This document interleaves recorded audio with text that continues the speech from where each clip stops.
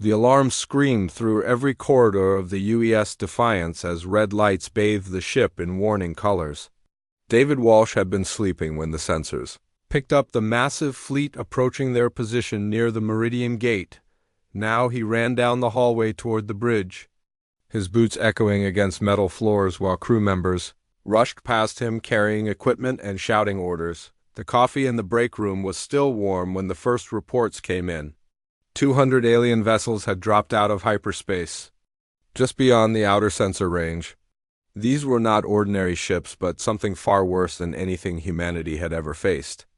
The Vorthek Dominion had finally reached human space after consuming dozens of other civilizations across the galaxy. Walsh burst onto the bridge, where his crew was already working at their stations. The main screen showed dots of light moving toward them like a swarm of angry insects. Each dot represented a bioship larger than any human vessel ever built. The enemy fleet looked like living creatures swimming through space rather than mechanical constructs following predictable flight patterns. Amy Roberts looked up from her engineering console with worry written across her face. The ship's faster than light drive had been damaged during their last patrol mission and would need at least 3 days to repair. They were trapped here with nowhere to run even if they wanted to escape. The Defiance was a small patrol frigate with only 23 crew members and weapons, designed for fighting pirates rather than an invasion force. Tom Blake worked frantically at the navigation station trying to find any possible escape route. Through the asteroid field surrounding the Meridian Gate, the gate itself was humanity's most important hyperspace junction connecting the outer colonies to Earth and the core worlds. If the Vorthek captured this position, they would have a clear path to attack every major human settlement in the galaxy. The communication system crackled with desperate messages from other human ships scattered throughout the region. Most were civilian transports and mining vessels with no weapons at all. A few military patrol boats like the Defiance were trying to organize some kind of defense, but they were vastly outnumbered and outgunned by the approaching alien armada. Dr. Susan Hayes monitored the long-range sensors from her position at the medical station. She had served on 3 different ships over the past 10 years and had never seen anything like the Vorthek fleet. The bioships seemed to pulse and writhe as they moved through space. Some appeared to be growing larger as they traveled, while others split apart into smaller vessels that reformed into new configurations. The ship's artificial intelligence area provided continuous updates about the enemy's approach. Her calm electronic voice contrasted sharply with the tension filling the bridge as she announced that the Vorthek Vanguard would reach their position in less than 2 hours. Standard military doctrine called for immediate retreat when facing odds of more than 10 to 1. The Defiance was facing odds of nearly 100 to 1. Walsh studied the tactical display, showing the positions of all known human vessels in the area. 3 patrol boats, 5 cargo haulers, 2 research ships, and a handful of mining platforms scattered across the system. Against them moved a fleet that had already destroyed the defenses of the Kepler colonies and wiped out the entire Fourth Fleet at the Battle of New Geneva. Every military expert agreed that the Vorthek were unstoppable. The captain had read all the intelligence reports about how the Vorthek fought. Their bioships could adapt to any weapon system after encountering it only a few times. They learned from every battle and passed that knowledge to other ships through some kind of organic network connection. Traditional tactics failed because the enemy evolved faster than human commanders could develop new strategies. Other species had tried everything against the Vorthek invasion. The crystal beings of Altair Prime had used energy weapons that could slice through mountains. And the mechanical race from the Vega system had deployed self-replicating combat drones. The psychic entities from the galactic core had attempted to attack the bioships directly through mental projection. All had failed and been consumed by the ever-growing Dominion. Walsh looked at each member of his crew and saw the same expression. On every face, they were afraid but not ready to give up. Humans had a reputation throughout the galaxy for being stubborn and unpredictable. Other species made logical decisions based on careful analysis of available data. Humans often did things that made no sense to outside observers but somehow worked anyway. The communication console lit up with an incoming message from Admiral Rodriguez commanding the retreat of coalition forces from the outer systems. Her orders were clear and simple. All remaining ships should fall back to the inner defensive line at Earth and abandon the outer colonies to their fate. The Meridian Gate was lost, and any attempt to defend it would only result in the pointless destruction of valuable military assets. Walsh stared at the message for a long moment before looking up at his crew. Roberts was still working on the damaged FTL drive, even though she knew it was hopeless. Blake continued plotting impossible escape routes through hostile space. Hayes monitored enemy movements and looked for any weakness they might exploit. None of them had said a word about following the Admiral's orders to retreat. The captain made his decision without consulting the military manual or running probability calculations through the ship's computer. The Defiance would stay at the Meridian Gate and fight. They would make their stand here regardless of the odds because someone had to try. If they could delay the enemy fleet even for a few hours, it might give the core worlds more time to prepare their defenses. He activated the ship-wide communication system and spoke to his crew. His words were simple and direct without any fancy speeches about duty or honor. They were going to fight because it was the right thing to do. They were going to hold this position because no one else could or would. They were going to show the galaxy what humans could accomplish. When they refused to accept defeat as inevitable, the bridge fell silent as everyone absorbed what their captain had just told them. Then Roberts smiled and turned back to her engineering console. Blake began plotting attack vectors instead of escape routes. Hayes started analyzing Vorthek bioship vulnerabilities. The decision had been made, and there was work to do. Outside the viewports, the enemy fleet continued its approach like a dark tide of living metal and flesh. In less than 2 hours, the real battle would begin. The crew of the Defiance prepared to write the first chapter of a story that would change the course of galactic history. Sparks flew from the control panels as the first Vorthek weapons struck the Defiance's shields. The bioships fired some kind of organic projectile that seemed to eat through energy barriers like acid-dissolving metal. Roberts watched her power. Readings dropped faster than she had ever seen before while trying to reroute energy from non-essential systems to keep the shields active for a few more minutes. The enemy vessels moved unlike anything in human military databases. They flowed around the small frigate like water surrounding a stone, never presenting the same target twice. Their hulls rippled and changed shape as they attacked, making it impossible to predict where the weapons or engines might be located on any given ship. Blake threw the Defiance into a spinning dive toward the nearest asteroid, using the ship's artificial gravity to pull them into an impossibly tight turn that should have torn the hull apart. The bioships following them couldn't match the maneuver and crashed into the floating rock, but 3 more immediately took their place. The enemy seemed to have an endless supply of vessels to throw at the lone human ship. Hayes worked at her medical station, which had been converted into a makeshift tactical center. She studied the bioship attack patterns and noticed something interesting. The Vorthak vessels always responded to human actions in logical ways. When the Defiance turned left, they moved to intercept on the left. When it accelerated, they matched speed. When it fired weapons, they adapted their defenses accordingly. The problem was that human responses weren't always logical. Roberts proved this by doing something completely insane. She overloaded the ship's waste recycling system and used it to create a massive electromagnetic pulse. The explosion should have fried every electronic system on the ship, but she had rewired the circuits to channel the energy outward instead.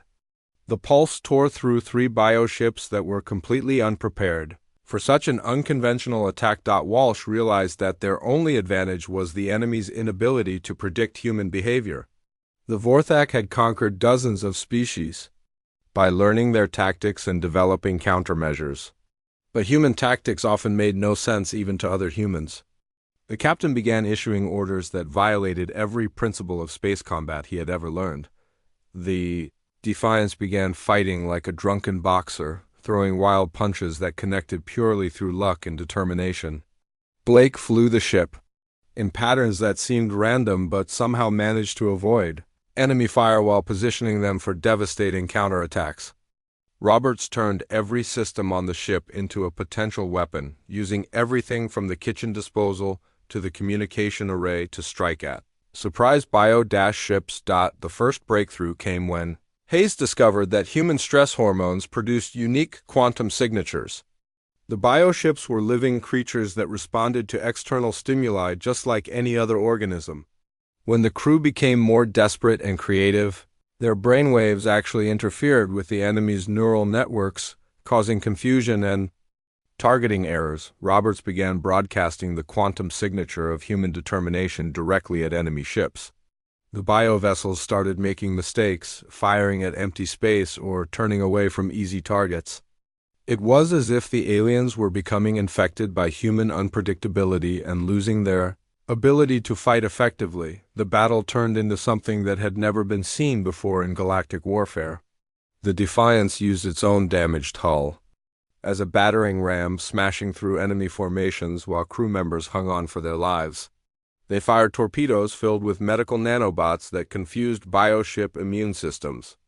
They even used the ship's garbage disposal to create a cloud of debris that jammed enemy sensors. Blake discovered that the bioships couldn't adapt to tactics that changed faster than their learning algorithms could process. He began executing a different maneuver every few seconds, never repeating the same pattern twice.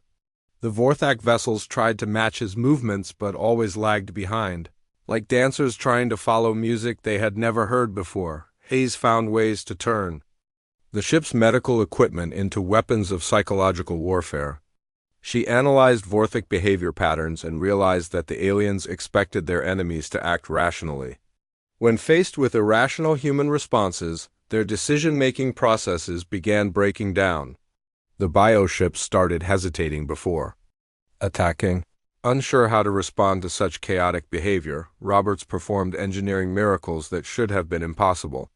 She connected the artificial gravity generator to the weapon system, creating a gravity cannon that could crush enemy ships. She turned the ship's lights into a strobing pattern that disrupted bioship visual sensors. She even rigged the coffee machine to produce steam clouds that blocked targeting systems. The crew worked together like a single organism, anticipating each other's needs and responding to crises before they fully developed. They had been serving together for 3 years and knew each other's capabilities better than any training manual could describe. This familiarity allowed them to coordinate complex maneuvers without needing to communicate through the standard command structure. After 6 hours of continuous fighting, something unprecedented happened. The Vorthak fleet began to retreat, not just pulling back to regroup, but actually fleeing from a single human ship that should have been destroyed in the first few minutes of combat. The bioships that had conquered entire star systems were running away from 23 humans, who refused to accept that they were supposed to lose. Walsh couldn't believe what the sensors were showing him. The enemy fleet was withdrawing too. A safe distance where they began circling like confused predators, unable to understand why their prey was still fighting back. The Vorthak had never encountered a species that became more dangerous when faced with impossible odds. News of the battle spread through quantum communication networks faster than anyone could have predicted. Other human ships throughout the galaxy received reports that seemed too incredible to believe. A single patrol frigate had fought off the entire Vorthak invasion fleet and was still holding its position at the Meridian Gate. The crew of the Defiance had discovered something that would change the course of the war. Human unpredictability wasn't just a tactical advantage. It was a weapon that could defeat enemies who relied on logic and adaptation. The more desperate humans became, the more creative their solutions grew. The more impossible the situation appeared, the more determined they became to prove that impossible was just another word for something they hadn't figured out how to do yet. The quantum communication burst reached Earth's military headquarters 18 hours after the Defiance had somehow managed to survive its first encounter with the Vorthak fleet. Admiral Rodriguez stared at the impossible data scrolling across her screens while junior officers whispered among themselves about what it might mean. A single patrol frigate with 23 crew members had not only survived contact with the enemy, but had actually forced them to retreat. Similar messages were arriving at human outposts throughout the galaxy. Colony governors who had been preparing evacuation plans suddenly found themselves reconsidering their options. If the crew of the Defiance could hold off an entire invasion fleet, perhaps humanity wasn't as helpless as everyone had believed. The reports seemed too incredible to accept, but the quantum signatures were authentic and impossible to fake. Dr. Martinez at the Luna Research Station ran the battle data through every computer model available to military science. According to every simulation, the Defiance should have been destroyed within minutes of first contact. The ship's weapons were too weak, its shields too limited, and its crew too small to make any difference against such overwhelming odds. Yet the evidence showed that they had not only survived, but had actually damaged several enemy vessels. The breakthrough came when Martinez realized that human behavior couldn't be accurately modeled by any computer system. The crew of the Defiance had acted in ways that violated every principle of military logic, and somehow that illogical behavior had become their greatest strength. The Vorthak bioships were designed to adapt to rational tactical responses, but they couldn't process actions that made no sense. Captain Stevens on the heavy cruiser Valiant received orders to abandon the outer colonies and fall back to Earth's defensive perimeter. Instead, he changed course toward the Meridian Gate, where the Defiance was still holding its impossible position. His ship was followed by 2 destroyers and a supply vessel whose captains had made similar decisions to ignore retreat orders and support the frigate that had somehow turned the tide of battle. Other human ships throughout the region began broadcasting on emergency frequencies, sharing tactical innovations that had been developed during desperate fights with bioship scouts. A mining platform had used its ore processing equipment to create a weapon that fired chunks of asteroid at enemy vessels. A research ship had turned its laboratory into a factory for producing virus programs that could infect bioship computer systems. Hayes continued monitoring the quantum signatures produced by human stress responses and made another important discovery. The effect wasn't limited to individual ships or crews. When humans throughout the galaxy began believing that victory was possible, their collective brainwaves created interference patterns that disrupted Vorthak coordination networks. The bioships were losing their ability to share tactical information with each other. The enemy fleet surrounding the Meridian Gate had grown larger as more Vorthak vessels arrived from conquered systems. But instead of becoming more effective, the bioships seemed to be getting more confused and disorganized. They attacked in smaller groups using predictable patterns, rather than the coordinated swarm tactics that had proven so effective against other species. Roberts worked around the clock to develop new ways to exploit the bioship's weaknesses. She discovered that human creativity produced quantum resonance frequencies that were toxic to Vorthak nervous systems. The more impossible the human solution to a problem, the more it disrupted enemy decision-making processes. She began broadcasting these frequencies to other human ships, teaching them how to turn their own desperation into a weapon. Blake realized that the Vorthak expected their enemies to follow logical strategic principles. When human ships abandoned standard formation flying and began moving in chaotic patterns, the bioships couldn't predict their next actions. He started coordinating with other human vessels to create flight patterns that looked completely random but were actually designed to maximize confusion among enemy forces. The effects spread beyond military vessels to civilian ships in space stations throughout human territory. Cargo haulers began using their loading equipment as improvised weapons. Passenger liners turned their entertainment systems into jamming devices. Mining colonies used their excavation tools to create defensive positions that the bioships couldn't understand or counter effectively. Walsh found himself at the center of a new kind of warfare that had never existed before in galactic history. Human ships were sharing tactical innovations in real time, adapting to enemy responses faster than the bioships could evolve countermeasures.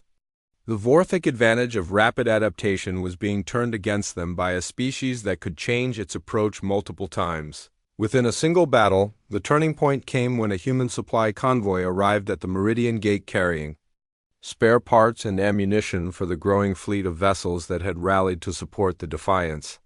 The convoy was escorted by only 2 patrol boats, but they flew in formation patterns that seemed to drive the bioships into a frenzy of confusion.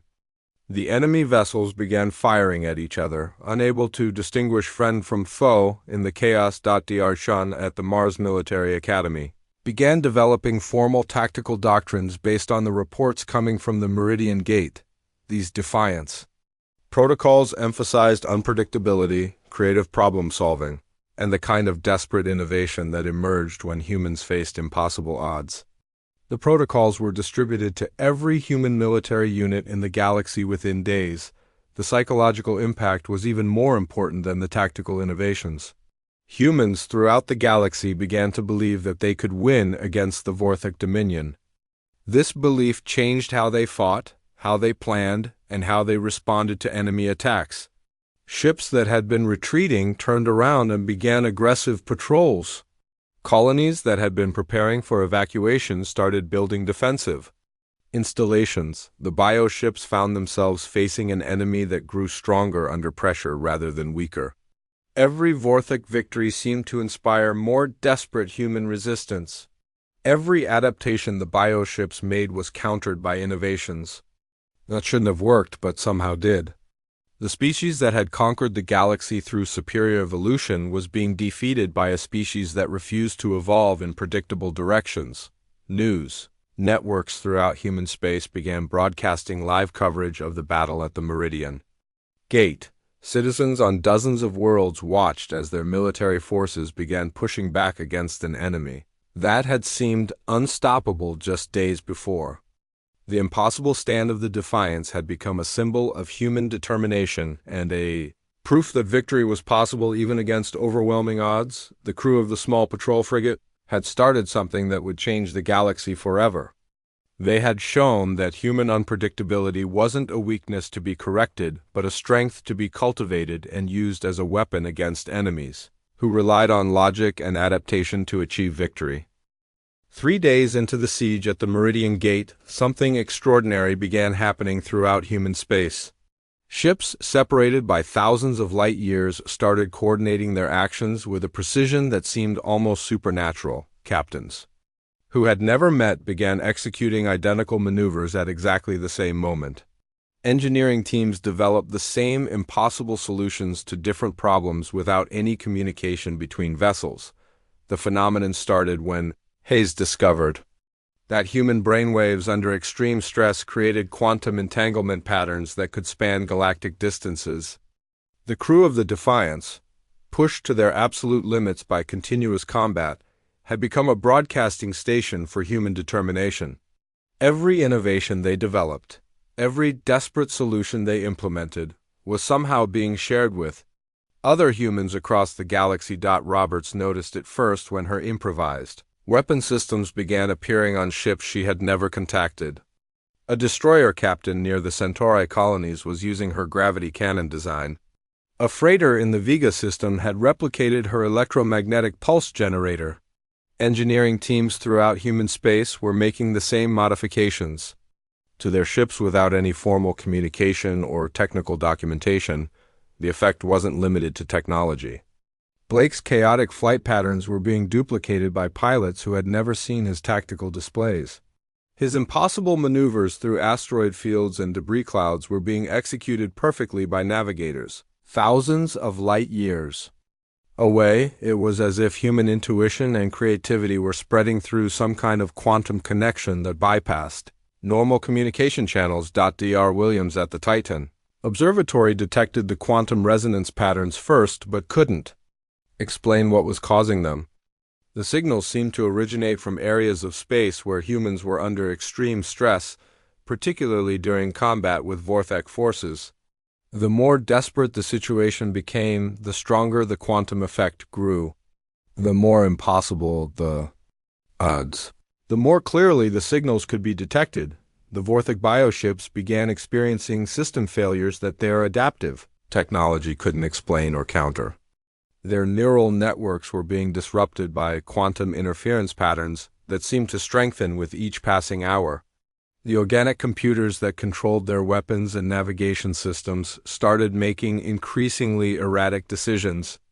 As if they were being infected by human unpredictability, Hayes realized that the quantum entanglement was creating a kind of collective consciousness among humans engaged in combat operations. Not telepathy exactly, but a shared pool of experience. An innovation that allowed the entire species to learn from every battle simultaneously. When one human discovered an effective tactic against the bioships, that knowledge became available to all humans fighting similar battles. The effect was strongest among military personnel, but extended to civilian populations as well. Factory workers began developing new manufacturing techniques without formal training. Research scientists started making breakthrough discoveries in fields they had never studied. Even children playing war games in schoolyards were somehow incorporating tactical innovations that professional military officers were developing in real combat situations. Admiral Rodriguez watched the tactical displays from her command center on Earth and saw patterns that defied all military logic. Human forces throughout the galaxy were moving with coordination that would have been impossible even with perfect communication systems. Ships were arriving at battle zones at exactly the right moment. Supply convoys were delivering critical materials just when they were needed most. Reinforcements appeared whenever and wherever they were required. The Vorthak fleet at the Meridian Gate had grown to over 300 bioships, but they were becoming less effective rather than more dangerous. The quantum interference from human brainwaves was disrupting their ability to coordinate attacks or share tactical information. Individual bioships began acting independently, often working against each other rather than toward common objectives. Walsh found himself at the center of a phenomenon that was reshaping the nature of warfare itself.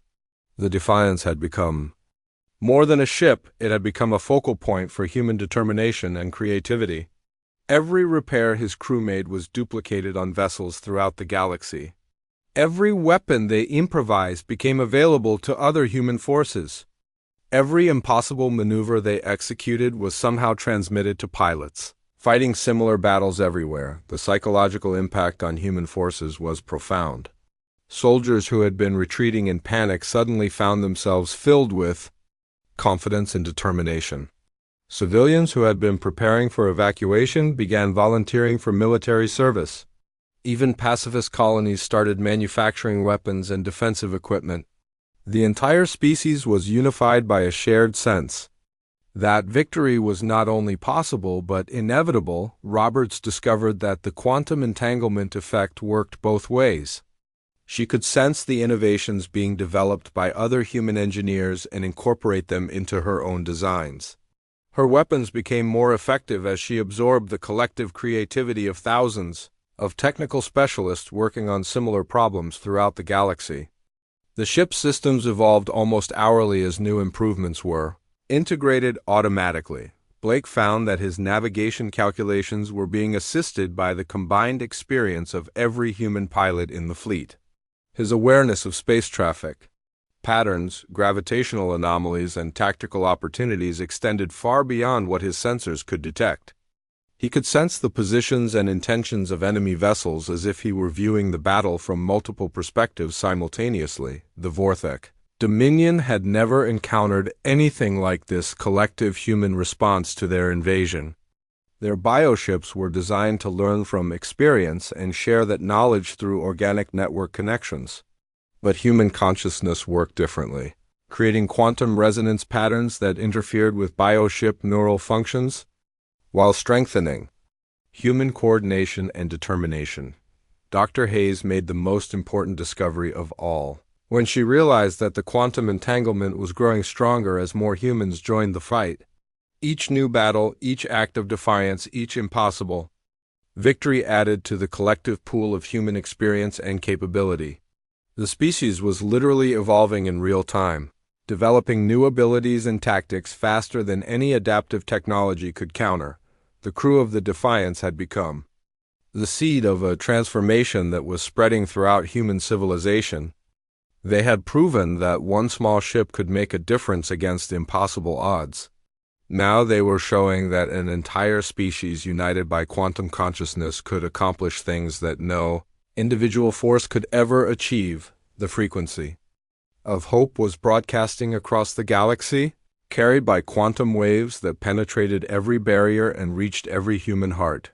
The message was simple but powerful. Humans didn't just fight to survive, they fought to win, and they would keep fighting until victory was achieved, no matter how long it took or how much it cost. The quantum alarm that screamed through every human vessel in the galaxy announced something that made even the bravest soldiers pause in terror. Long-range sensors detected a massive distortion in space near the Meridian Gate as something unimaginably large began emerging from hyperspace. The World Eater had arrived, a bioship so vast that it dwarfed entire moons and possessed the ability to consume planets for fuel. Hayes felt her heart skip as the medical sensors registered the creature's approach. The thing wasn't just a ship, but a living organism the size of a small world, its hull writhing with organic structures that pulsed like a gigantic heart. Tentacles longer than continents reached out into space while massive feeding tubes opened. Like flower petals preparing to drain the energy from nearby stars, the assembled human fleet around the Defiance numbered over 400 vessels by now, from massive battleships to tiny scout craft, all drawn to this point by the quantum resonance of shared determination. But even this unprecedented gathering of human military might seem insignificant compared to the monster that now blotted out entire constellations with its presence. Roberts watched her instruments go crazy as the World Eater's gravity field began affecting every ship in the system. The creature was so massive that its mere presence was causing stars to dim as it began feeding on their energy. Space itself seemed to bend around the bioship, creating distortions that made normal navigation impossible.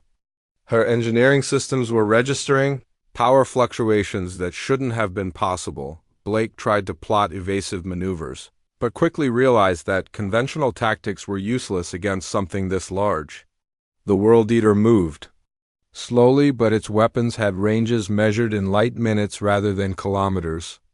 Energy beams that could slice through asteroids swept across space like searchlights, vaporizing anything they touched.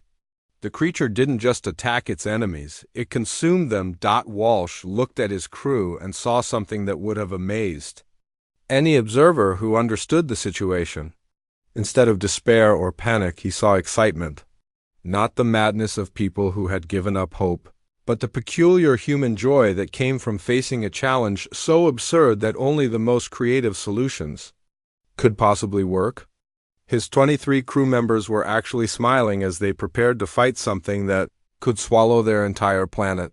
The battle began when the World Eater launched smaller bioships from organic bays along its hull. These weren't the adapted vessels that the human fleet had been fighting for days, but fresh organisms that had never encountered human tactics. They attacked in perfect formation using logical strategies that made complete sense according to every military manual ever written. This turned out to be their fatal mistake. The human fleet responded with a coordinated chaos that defied every principle of space combat. Ships flew in patterns that seemed random but were actually designed to create maximum confusion among enemy forces. Weapons fire crisscrossed space in seemingly impossible trajectories that somehow converged on target, with devastating effect. The bioships found themselves caught in a web of destruction that they couldn't understand or escape. Hayes discovered that the World Eater's massive neural network was vulnerable to the same quantum interference patterns that had been affecting smaller bioships. But the creature was so large that it would take something unprecedented to disrupt its consciousness. She began working on a solution that was so insane it just might work, a way to turn the entire human fleet into a single broadcasting station for the frequency of human determination. Roberts found herself modifying systems that she had never worked on before, guided by the collective knowledge of every engineer in the human fleet. Her hands moved with a confidence that came from shared experience spanning thousands of battles. She was building something that had never existed before, A weapon that used human creativity as ammunition and fired quantum signatures that could disrupt any organic nervous system. The breakthrough came when Blake realized that the World Eater's size was actually a disadvantage. The creature was so massive that it couldn't react quickly to changes in tactical situations. By the time its neural signals traveled from one end of its body to the other, human ships had already moved to new positions and begun implementing different strategies. The bioship's own scale made it too slow to counter human unpredictability. The human fleet began using the World Eater's bulk against it, flying inside the creature's defensive perimeter where its main weapons couldn't target them effectively. They attacked the feeding tubes and neural clusters, not trying to destroy the massive organism but to confuse it. Every hit disrupted the creature's ability to process information and coordinate its responses to human attacks. Dr. Martinez on Luna Base detected something unprecedented in the quantum resonance patterns coming from the battle zone. The combined consciousness of the human fleet was reaching levels that had never been measured before. The crews of hundreds of ships were thinking and acting as a single organism, sharing knowledge and experience instantly across vast distances. They had become something new, something that had never existed in the galaxy before. The tide turned when Roberts completed her impossible weapon, a device that could broadcast the quantum signature of human refusal to surrender. The frequency was so toxic to organic neural networks that it caused cascade failures throughout the World Eater's massive brain. The creature began convulsing, its tentacles writhing uncontrollably as its consciousness fragmented under the assault of human determination. Hayes watched the bioship's vital signs fluctuate wildly as the quantum weapon continued its attack. The World Eater was experiencing something that its species had never encountered before, the concept of absolute refusal to accept defeat.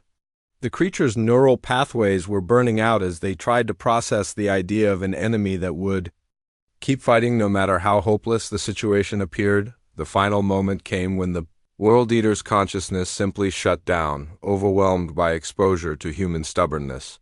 The massive creature went limp in space, its feeding tubes closing and its weapon systems powering down.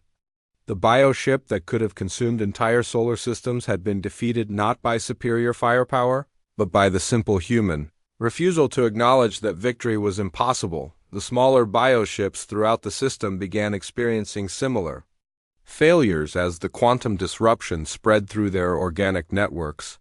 The Vorthak fleet that had seemed unstoppable just days before was now drifting helplessly in space, their crews unable to function in the presence of quantum patterns that challenged their most basic assumptions about reality. Walsh realized that they had witnessed something unprecedented in galactic history. The crew of the Defiance had started a chain reaction that changed the fundamental nature of warfare itself. They had proven that determination and creativity could overcome any technological advantage, that the refusal to surrender was more powerful than any weapon ever designed. The message spread throughout the galaxy faster than light itself, carried by quantum resonance patterns that penetrated every barrier. The Vorthak Dominion's unstoppable invasion had been stopped by a single human vessel and a crew that refused to understand why they couldn't win. The stand at the Meridian Gate had become the turning point of the war, the moment when humanity discovered that their greatest strength wasn't their technology or their numbers, but their absolute refusal to accept that any fight was truly hopeless. The stars themselves seemed to shine brighter as news of the victory reached every human world in the galaxy. The crew of 23 had become the symbol of what their species could accomplish when they worked together toward a common goal. They had saved civilization not through superior tactics or advanced weapons, but by being fundamentally, magnificently, impossibly human.